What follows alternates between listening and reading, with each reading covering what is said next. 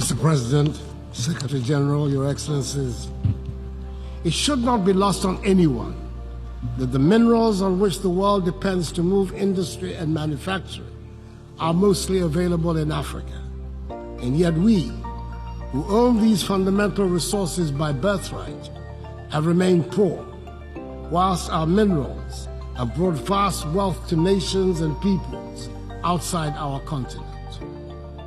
It is worth pointing out also that not only do we not get a fair share of the wealth once extracted, our lands, our environment, our oceans are often left devastated by the process, and the competition to gain control over these minerals has often led to insecurity in our countries. I do not seek to blame outsiders for our problems. Since we're being urged to find multilateral solutions, I believe it is worth pointing out that unfairness in the economic order undermines the fight against poverty.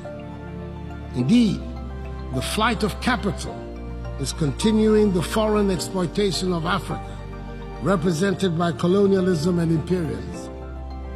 The report of the panel, chaired by the highly respected former South African President, Thabo Mbeki, on the illicit flow of funds from Africa, has raised the lid on what many had always suspected, but did not have the figures to support.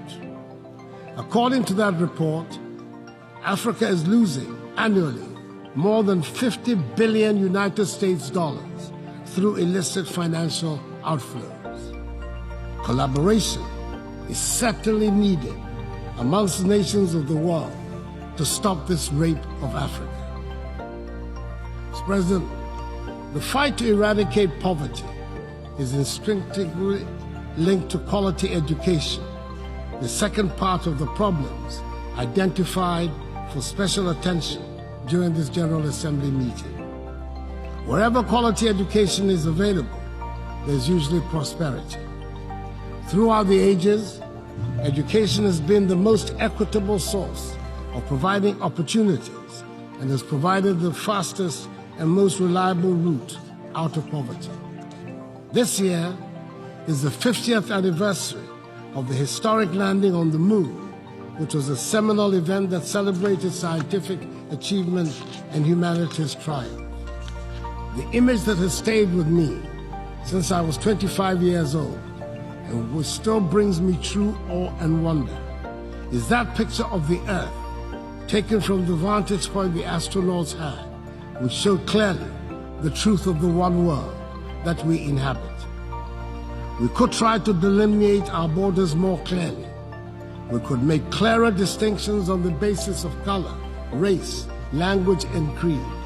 That picture tells us the natural path is to be inclusive.